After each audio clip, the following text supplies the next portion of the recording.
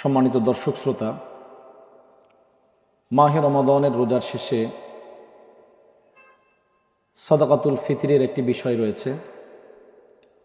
আমরা আজকে আলোচনা করব সাদাকাতুল ফিতর কার উপর, কখন এবং কি পরিমাণ ওয়াজিব হয়।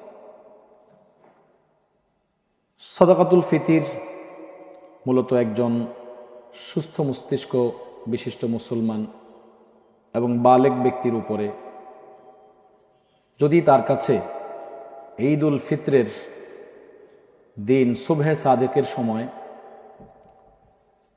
স্বর্ণ, রূপা, নগদ টাকা, ব্যবসার মাল এবং ঘরের প্রয়োজনীয় আসবাবপত্রের অতিরিক্ত যেগুলো রয়েছে, এই সবগুলো মিলিয়ে যদি 52.5 তোলা রূপার মূল্য সমপরিমাণে পৌঁছে যায়, তাহলেই তার উপর সাদাকাতুল ফিতর ওয়াজিব হয়ে যায়।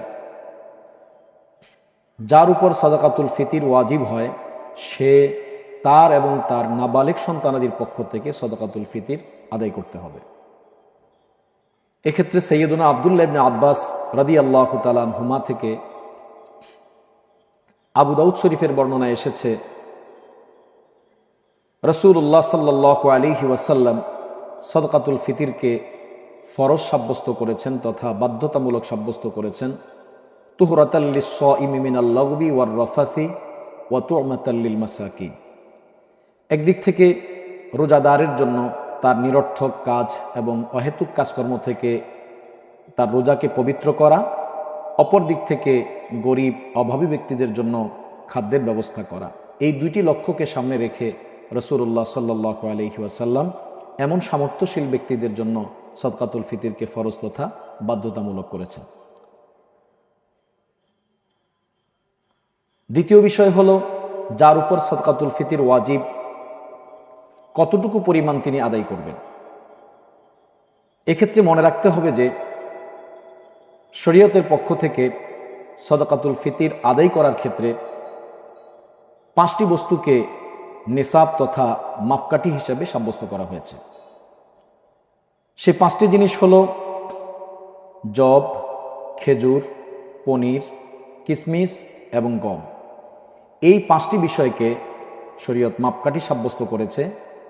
এই 5টি বিষয়ের যে কোনো একটির মাধ্যমে সাদকাতুল ফিতর আদায় করতে হবে। তবে এই ক্ষেত্রে একটু পার্থক্য এতটুকু যে গম ব্যতীত বাকি যে 4টি রয়েছে তথা জব, খেজুর, পনির এবং কিশমিশ, এগুলোর ক্ষেত্রে 3 কেজি 270 গ্রাম পরিমাণ তাকে আদায় করতে হবে। সরাসরি যদি এগুলো দিয়ে আদায় করে তাহলে 3 কেজি 270 গ্রাম পরিমাণ খেজুর অথবা জব অথবা পনির অথবা কিশমিশ সে আদায় করবে অথবা তার মূল্য পরিশোধ করবে। এক্ষেত্রে যদি গম দিয়ে আদায় করতে চায় তাহলে তাকে তার অর্ধেক তথা 1 কেজি 635 গ্রাম পরিমাণ গম তাকে আদায় করতে হবে অথবা তার মূল্য সমপরিমাণ ফিতর আদায় করতে হবে। এই 5টি জিনিসকেই শরীয়ত যেহেতু মাপকাঠি সাব্যস্ত করেছে, এর যে কোনো একটিকে মাপকাঠি সাব্যস্ত করে যদি কেউ এই পরিমাণ অথবা তার মূল্য সমপরিমাণ সাদকাতুল ফিতর আদায় করে তাহলে তার পক্ষ থেকে সেই ওয়াজিবটি আদায় হবে। এবং এক্ষেত্রে লক্ষণীয় যে সাদাকাতুল ফিতর ঈদ উল ফিতরের নামাজে যাওয়ার আগেই সেটা পরিশোধ করতে হবে। রাসূলুল্লাহ সাল্লাল্লাহু আলাইহি ওয়াসাল্লাম ইরশাদ করেছেন, ফামান আদ্দাহা ক্বাবলা আস-সালাতি ফাহিয়া যাকাতুন মাকবুলা ওয়া মান আদ্দাহা বা'দা আস-সালাতি ফাহিয়া সাদাকাতুম মিনাস সাদাকাত। আবু দাউদ শরীফের 1609 নম্বর বর্ণনায় রাসূলুল্লাহ সাল্লাল্লাহু আলাইহি ওয়াসাল্লাম বলেন, কেউ যদি সেটাকে নামাজের আগে পরিশোধ করে সাদাকাতুল ফিতর তাহলে সেটা খুব পছন্দনীয় একটি যাকাত তথা দান। আর যদি নামাজের পরে আদায় করে তাহলে সেটা অন্যান্য সদকার মতো সদকা হিসেবে গণ্য হবে।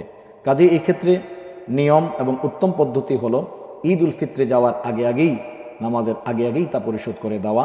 তবে যদি কেউ কোনো কারণে পরিশোধ না করে তাহলে পরবর্তীতেও পরিশোধ করার সুযোগ রয়েছে। তবে পরে পরিশোধ করাকে নিয়ম না বানিয়ে নেওয়া, বরং নামাজের আগেই যেহেতু নবীজি বলেছেন কাজেই নামাজের আগেই পরিশোধ করাটা উচিত হবে। আল্লাহ পাক আমাদেরকে বুঝার তৌফিক দান করুন, আমিন।